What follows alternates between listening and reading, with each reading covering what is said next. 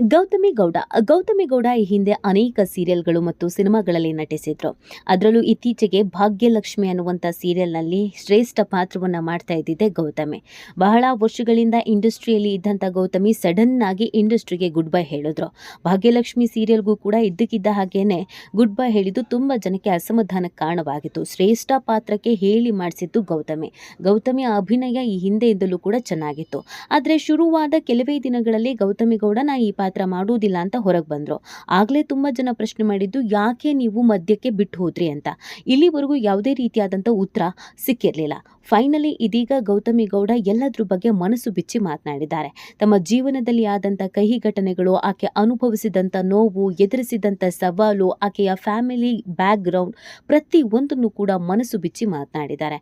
ಈ ಮಾತನ್ನು ಕೇಳಿಸ್ಕೊಂಡ್ಮೇಲೆ ಹೆಣ್ಣು ಮಕ್ಕಳಿಗೆ ಇಂಡಸ್ಟ್ರಿಯಲ್ಲಿ ಯಾವ ಥರದೊಂದು ಬೆಲೆ ಸಿಗುತ್ತೆ, ಇಂಡಸ್ಟ್ರಿಯಲ್ಲಿ ಏನೆಲ್ಲ ಎದುರಿಸಬೇಕಾಗತ್ತೆ, ಯಾಕೆ ಎಷ್ಟೋ ಹೆಣ್ಣು ಮಕ್ಕಳುಗಳು ತುಂಬಾ ಹೆಸರು ಮಾಡಿದ್ರು, ಮಿಂಚಿದ್ರು, ಪ್ರತಿಭಾನ್ವಿತರಾದರೂ ಹೆಸರು ಹೇಳದಂತೆ ಕಳೆದು ಹೋಗಿಬಿಡ್ತಾರೆ, ಎಲ್ಲರಿಂದ ಎಲ್ಲದ್ರ ಇಂದ ಅಂತರ ಕಾಯ್ದುಕೊಳ್ತಾರೆ ಅನ್ನೋದಕ್ಕೆ ಫೈನಲಿ ಒಂದು ಉತ್ತರ ಸಿಕ್ಕಿದೆ.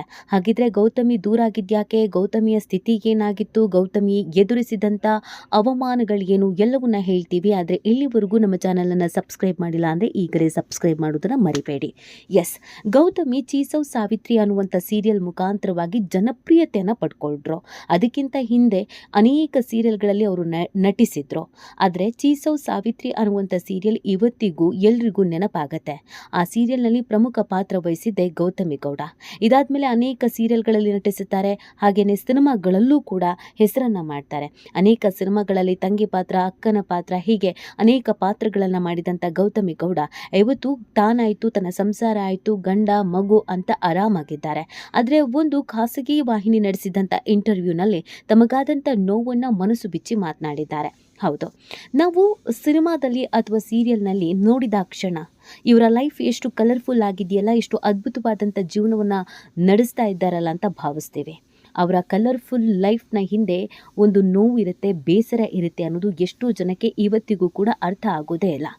ಅವ್ರೇನು ಬಿಡು, ದಿನಕ್ಕೊಂದು ಬಟ್ಟೆ ಹಾಕ್ಕೊಳ್ತಾರೆ, ದಿನಕ್ಕೊಬ್ಬರ ಜೊತೆಗೆ ತಿರುಗ್ತಾರೆ, ದಿನಕ್ಕೊಂದು ಹೋಟೆಲಲ್ಲಿ ಊಟ ಮಾಡ್ತಾರೆ, ಆರಾಮಾಗಿ ಜೀವನ ನಡೆಸ್ತಾ ಇರ್ತಾರೆ ಅಂತ ನಾವು ಅಂದ್ಕೊಂಡಿರ್ತೀವಿ. ಆದರೆ ಅವರ ಜೀವನ ಕೂಡ ನಮ್ಮಂತೆಯೇ ಸಾಮಾನ್ಯವಾಗಿ ಇರುತ್ತೆ ಅನ್ನೋದನ್ನು ಮರೆತು ಬಿಡ್ತೀವಿ.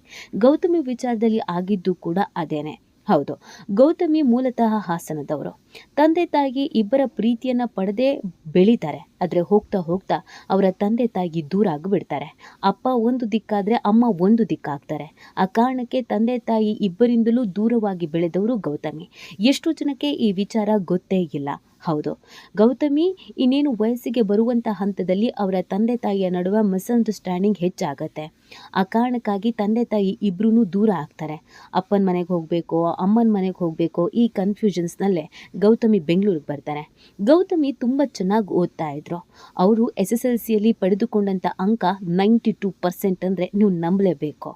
ಇಷ್ಟು ಚೆನ್ನಾಗಿ ಓದ್ತಾ ಇದ್ದಂಥ ಪ್ರತಿಭಾವಂತೆ, ವಿದ್ಯಾವಂತೆ ಗೌತಮಿ ಗೌಡ ಅವರು ಡಾಕ್ಟರ್ ಆಗಬೇಕು ಅನ್ನುವಂಥ ಮಹದಾಸೆಯನ್ನು ಇಟ್ಕೊಂಡಿದ್ರು.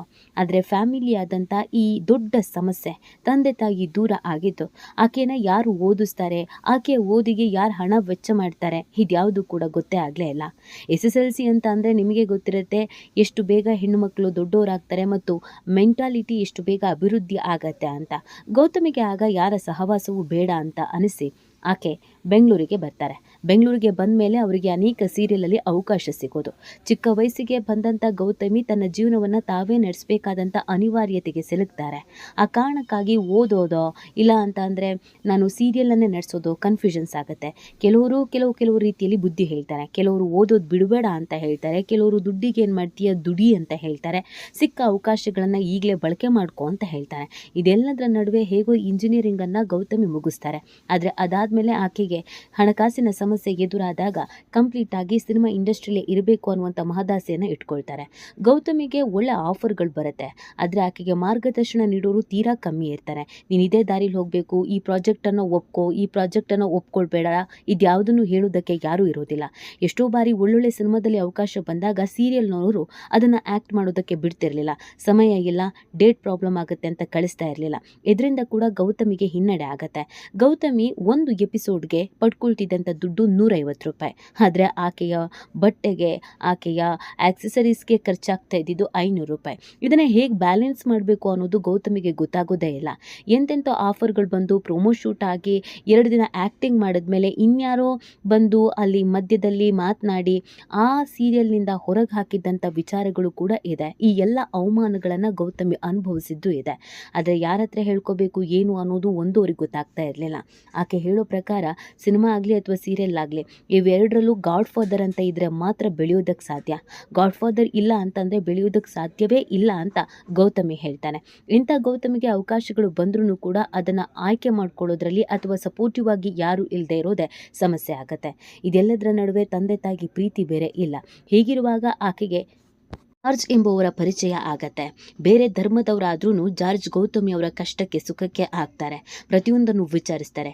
ಯಾರು ಇಲ್ಲದೆ ಬೆಳೀತಾ ಇದ್ದಂಥ ಗೌತಮಿಗೆ ಇಂಡಸ್ಟ್ರಿಯಲ್ಲಿ ಆಗ್ತಿದ್ದಂಥ ಅನ್ಯಾಯಕ್ಕೆ, ತಂದೆ ತಾಯಿಯಿಂದ ಆದಂಥ ನೋವಿಗೆ ಜಾರ್ಜ್ ಒಂದು ರೀತಿಯಲ್ಲಿ ಮುಲಾಮಾಗ್ತಾರೆ.